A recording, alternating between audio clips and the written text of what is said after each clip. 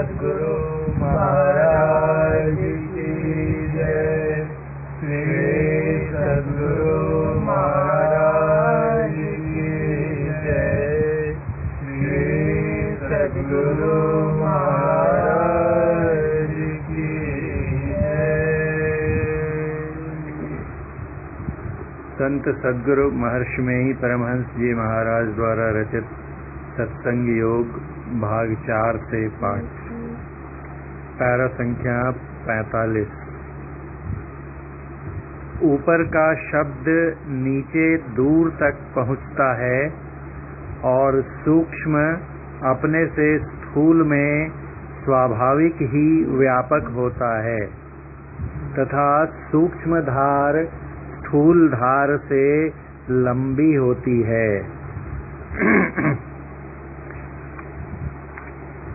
इसमें 3 बातें कही गुरु महाराज ने। एक कहते हैं कि ऊपर का जो ऊपरी मंडल का शब्द होता है वो नीचे दूर तक पहुंचता है और नीचे का शब्द ऊपर नहीं जा पाता है।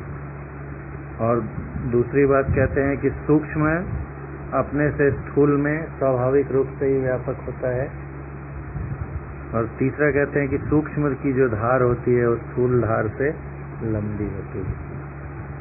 ऊपर का शब्द ऐसे साधारण में भी देखेंगे कि अगर कोई बहुत बहुमंजिली इमारत है और उसमें चौथी मंजिल से 5वीं मंजिल से 8वीं मंजिल से नीचे कोई है जमीन पर, उसको आवाज़ दो तो आराम से आवाज़ चली जाती है।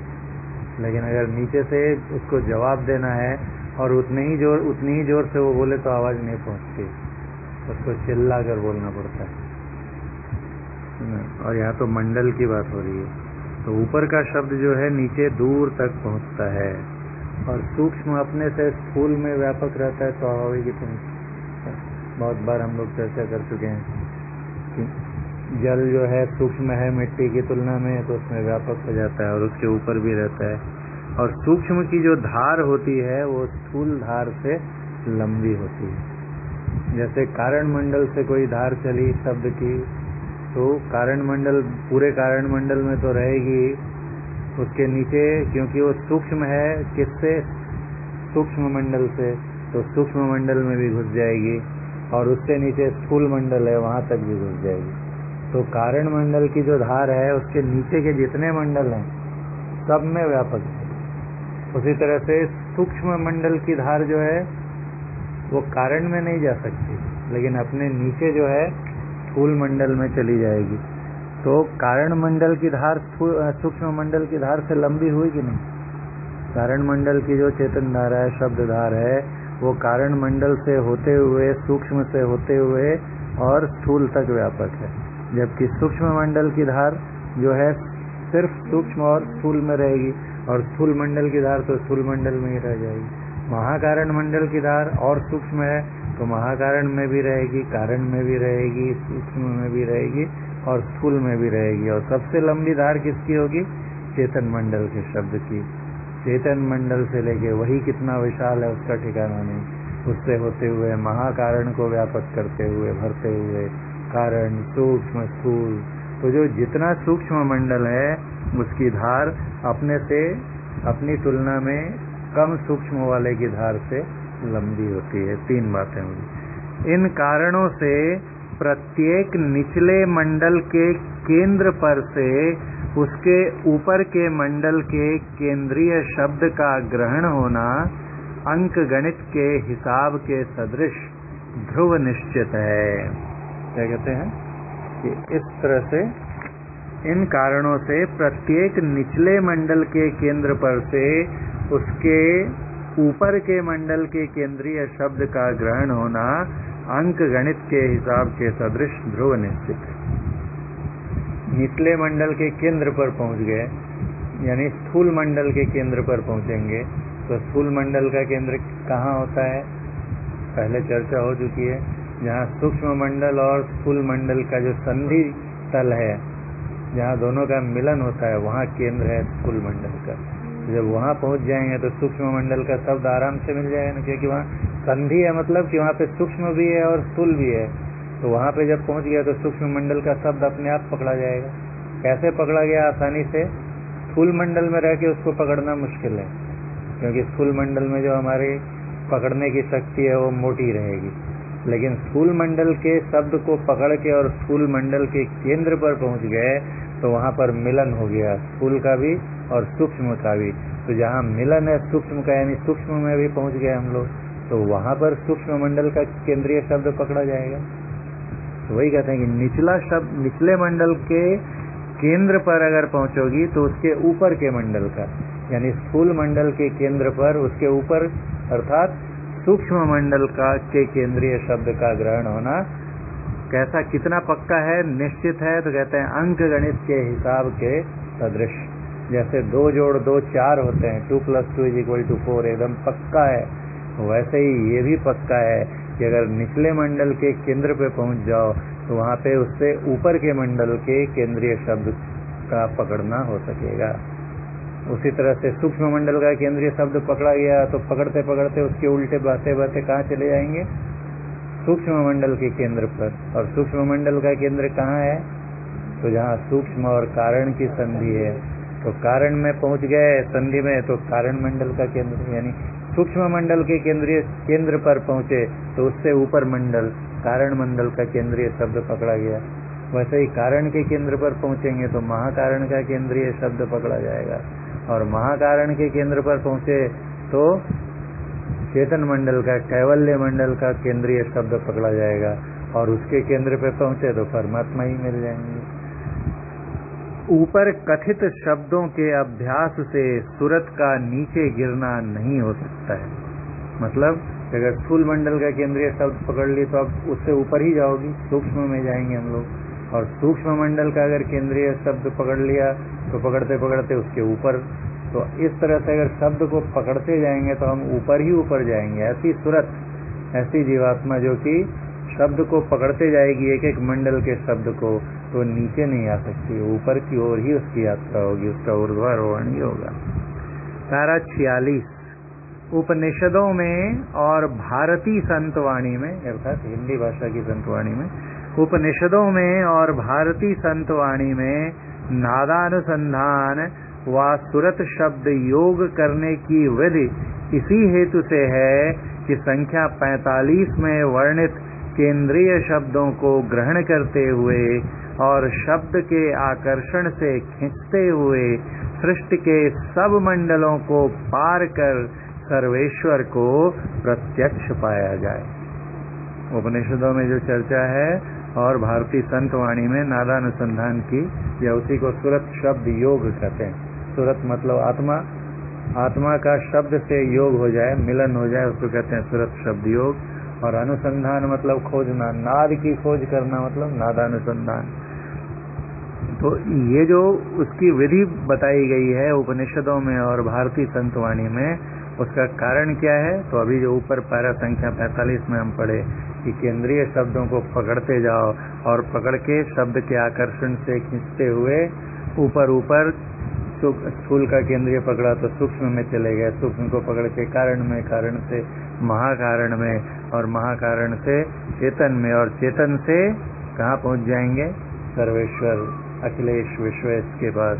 तो वही कहते हैं गुरु महाराज की शब्द के आकर्षण से खींचते हुए सृष्टि के सब मंडलों को पार कर सर्वेश्वर को प्रत्यक्ष पाया जाए। यही उद्देश्य है, यही कारण है जिसके चलते सुरत शब्द योग या नादानुसंधान का वर्णन आया है, किया गया है उपनिषदों में ऋषियों द्वारा और संतवाणी में संतों द्वारा। पहले जिनको ऋषि कहते थे उन्हीं को बाद में संत कहा जाने लगा। पैरा 47 प्रकृति को अनाद्या भी कहा गया है। प्रकृति को भी अनाद्या कहा गया है, तो इसलिए नहीं कि परम प्रभु सर्वेश्वर की तरह यह भी उत्पत्तिहीन है। क्या कहते हैं? प्रकृति को भी अनाद्या कहा गया, मतलब किसी और को अनाद्या कहते हैं। तो अनादि किसको कहते हैं? परमात्मा का नाम अनादि है। अनादि मतलब जिसका आदि नहीं हो, आरंभ नहीं हो। लेकिन कहीं कहीं प्रकृति को भी अनाद्या, अनाद्या इसलिए हो रहे हैं, अनादि जो हो गया पुल्लिंग हो गया, और अनाद्या आ लगाना, तो जनरली आकारांत शब्द जो होते हैं वो स्त्रीलिंग होते हैं। तो प्रकृति स्त्रीलिंग है इसलिए अनाद्या कहते हैं उसको।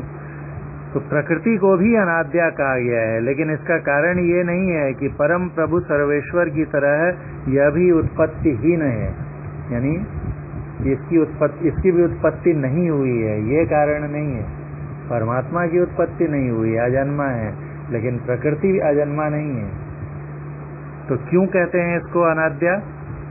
तो गुरु महाराज स्पष्ट करते हैं, परंतु इसलिए कि इसकी उत्पत्ति के काल और स्थान नहीं है, कि प्रकृति किस समय और किस जगह पे बनी ये पता नहीं है, ये नहीं है, इसका निश्चय कर पाना असंभव है। क्यों? क्योंकि कहते हैं क्योंकि इसके प्रथम नहीं, परंतु इसके होने पर ही काल और स्थान व देश बन सकते हैं। ना कहने का मतलब कि प्रकृति के पहले और कुछ है ही नहीं, परमात्मा ही है ना, तो उसके पहले काल की गणना कैसे होगी? तो काल और देश ये दोनों अस्तित्व में तभी आते हैं जब प्रकृति बनती। प्रकृति बनने के साथ ही देश और काल का स्थान और काल का आविर्भाव होता है, प्रकृति बनने के पहले नहीं। तो प्रकृति बनने के बाद जब देश और काल निर्मित होते हैं तब कैसे बताएंगे कि उसके पहले था ही नहीं? ये कब बनी और कहाँ बनी? ये कब और कहाँ प्रकृति के बनने के बाद आता है। इसलिए क्योंकि उनका इस प्रकृति के उत्पन्न होने का काल और स्थान निर्धारित नहीं किया जा सकता है, इसलिए उत्पत्ति भेद से इसको अनाद्या कहते हैं। लेकिन ये अनंत नहीं है, अंत होता है। आगे आएगा, फिर से इसको पढ़ लेते हैं। प्रकृति को भी अनाद्या कहा गया है, तो इसलिए नहीं कि परम प्रभु सर्वेश्वर की तरह यह भी उत्पत्तिहीन है, परंतु इसलिए कि इसकी उत्पत्ति के काल और स्थान नहीं है, क्योंकि इसके प्रथम नहीं, इसके बाद, परंतु इसके होने पर ही काल और स्थान व देश बन सकते हैं। टाइम और स्पेस प्रकृति बनने के बाद आता है। यह परम प्रभु के मौज से परम प्रभु में ही प्रकट हुई। ये प्रकृति द्वय उत्पत्ति लय हुए प्रभु की मौज से। तो ये जो प्रकृति बनी ये परम प्रभु के मौज से बनी। और कहाँ बनी? उनके अंदर ही बनी, परम प्रभु में ही बनी। उनके बाहर बन जाएगी मतलब उनकी सीमा पता चल जाएगी। प्रभु के बाहर अगर चीज कोई बन जाए तो मतलब वहां पर प्रभु नहीं है ना, तो उनकी अनंतता ही खंडित हो जाएगी। इसलिए प्रकृति बनी, किनसे बनी? उनकी मौज से, उनसे बनी। कहाँ बनी? उन्हीं में बनी, उनके अंदर ही है। और परम प्रभु परमात्मा उसके बाहर भी हैं और उसमें भी। तो वही कहते हैं यह परम प्रभु के मौज से परम प्रभु में ही प्रकट हुई, अतएव परम प्रभु में ही इसका आदि है। आदि है ना। कहाँ बनी? तो परम प्रभु में बनी। किससे बनी? परम प्रभु से बनी। तो जहाँ से बनी और जब बनी वहां से आदि हो गया इसका, है ना। तो इस दृष्टि से, और परम प्रभु क्या है? देश कालातीत हैं और वे अनादि के भी आदि कहलाते हैं। अनादि के भी आदि कहलाना मतलब अनादि यहाँ पर कौन हो गया? प्रकृति अनाद्या कहते हैं। प्रकृति का एक नाम अनाद्या है, तो यहाँ अनादि का अर्थ हो गया प्रकृति। और प्रकृति के भी आदि कौन है? परमात्मा है। क्योंकि प्रकृति का आरंभ कहाँ हुआ? परमात्मा में, परमात्मा से हुआ। इसलिए परम प्रभु परमात्मा अनादि अर्थात प्रकृति के भी आदि कहलाते हैं। प्रकृति को अनादि शांत भी कहते हैं। प्रकृति को अनादि मतलब इसका आदि नहीं है। कैसे? क्योंकि इसके काल और देश पता नहीं है, लेकिन शांत है। स्वजोड़ अंत, इसका अंत है। ये प्रकृति द्वय उत्पत्ति लय, इसका लय होता है, नाश होता है। इसलिए अनादि है लेकिन अनंत नहीं है, शांत है। पैरा 48। पिंड अर्थात शरीर को क्षेत्र और आत्मा को क्षेत्रज्ञ कहते हैं। पिंड बोलो या शरीर बोलो, उसी को क्षेत्र कहा गया है। गीता में भगवान श्री कृष्ण ने भी क्षेत्र की परिभाषा दी है। इदम शरीरम कौन्तेय क्षेत्रमित्य विधीयते। इस शरीर को ही कौन्तेय, हे कुंती पुत्र, क्षेत्र कहते हैं। क्षेत्रम इति अभिधीयते, क्षेत्र की संज्ञा दी जाती है। शरीर या पिंड कौन? तो कृष्ण भगवान ने बताया 21 तत्वों का समुच्चय। तो पिंड अर्थात शरीर को क्षेत्र और आत्मा को क्षेत्रज्ञ कहते हैं। क्षेत्र जो ज्ञ, क्षेत्र को जानने वाला कि ये मेरा शरीर है, ये ज्ञान किसको होता है? जब मैं कहता हूँ ये मेरा शरीर है, ये कौन कहता है? मेरा शरीर है मैं कहता हूँ। तो कौन जानता है कि ये मेरा शरीर है? मैं जानता हूँ। और मैं अर्थात आत्मा। तो आत्मा को, क्षेत्र को या शरीर को या पिंड को जानने वाला कहा गया है। और ये क्षेत्रज्ञ शब्द भी तभी तक रहता है जब तक क्षेत्र है। और क्षेत्र कहाँ तक है? जहाँ तक किसी भी प्रकार का शरीर है। जब सब शरीरों के ऊपर उठ जाएंगे तो शरीर ही नहीं रहेगा, क्षेत्र ही नहीं रहेगा, तो क्षेत्रज्ञ कौन होगा? क्षेत्र को जानने वाला तभी होगा ना जब जानने के लिए कोई क्षेत्र रहेगा। और जब सब क्षेत्र क्षर अपरा परापर और अक्षर पार में सब क्षेत्रों के पार चले गए, अब कोई क्षेत्र ही नहीं है, तो कौन जानेगा और किसको जानेगा? तब क्षेत्रज्ञ की संज्ञा भी समाप्त हो जाती है और वहां पर उसका नाम आत्मा या परमात्मा हो जाता है। लेकिन जब तक किसी भी प्रकार का शरीर है, चाहे चेतन शरीर ही क्यों न हो, तब तक उसको जानने वाला रहता है। तो वहां पर उसी आत्मा की संज्ञा जो है क्षेत्रज्ञ की हो जाती है। ऐसा वर्णन महाभारत में भी है। पैरा संख्या 49। स्थूल, सूक्ष्म, कारण और महाकारण ये चारों क्षेत्र व शरीर जड़ है। हमारे 4 शरीर हैं। जड़ शरीर, ये स्थूल शरीर हमारा है, इसके अंदर सूक्ष्म या लिंग शरीर है, उसके अंदर कारण शरीर है और महाकारण शरीर है। तो जो शरीर है उसी को क्षेत्र कहते हैं। तो 4 क्षेत्र हो गए। और ये कैसे क्षेत्र हैं, कैसे शरीर हैं? जड़ शरीर हैं। स्थूल, सूक्ष्म, कारण और महाकारण ये चारों क्षेत्र व शरीर जड़ हैं। इनसे आवरणित रहने पर, इनसे ढके रहने पर परम प्रभु सर्वेश्वर का व निज आत्म स्वरूप का, खुद की आत्मा के स्वरूप का, असली रूप का, अपने रूप का अपरोक्ष ज्ञान नहीं हो सकता है। अपरोक्ष मतलब प्रत्यक्ष, डायरेक्ट। तो जब तक इन जड़ शरीरों में रहेंगे तब तक परम प्रभु सर्वेश्वर बोलो या आत्मस्वरूप बोलो, एक ही बात है। उसका अपरोक्ष ज्ञान नहीं हो सकता है, क्योंकि जड़ की परत मोटी होती है। वहां से सीधा सीधा दर्शन नहीं हो पाते हैं ईश्वर की। कब होते हैं? पैरा संख्या 50। कैवल्य शरीर व क्षेत्र चेतन है। ये भी क्षेत्र है, शरीर ही है ना, कैवल्य शरीर। तो कैवल्य शरीर को भी क्षेत्र कहते हैं। और कैसा क्षेत्र है? तो वो चारों जड़ शरीर थे, जड़ क्षेत्र थे। और ये कैसा है? चेतन है। यह परम प्रभु सर्वेश्वर का अत्यंत निकटवर्ती है, एकदम क्लोज प्रॉक्सिमिटी में, बिल्कुल पास में। क्योंकि अब इससे सटे हुए कौन है? सीधे परमात्मा। पार किए कि परमात्मा ही है, इसलिए उनका अत्यंत निकटवर्ती है, उनके सब निकटतम है। कौन? कैवल्य शरीर। अर्थात इसके परे सर्वेश्वर के अतिरिक्त दूसरा कुछ नहीं है। पार किए कि सीधे परमात्मा ही है। इसके सहित रहने पर, जब तक चैतन्य शरीर में रहते हैं हम लोग, परम प्रभु सर्वेश्वर के तथा निज आत्म स्वरूप के अपरोक्ष ज्ञान का होना परम संभव है।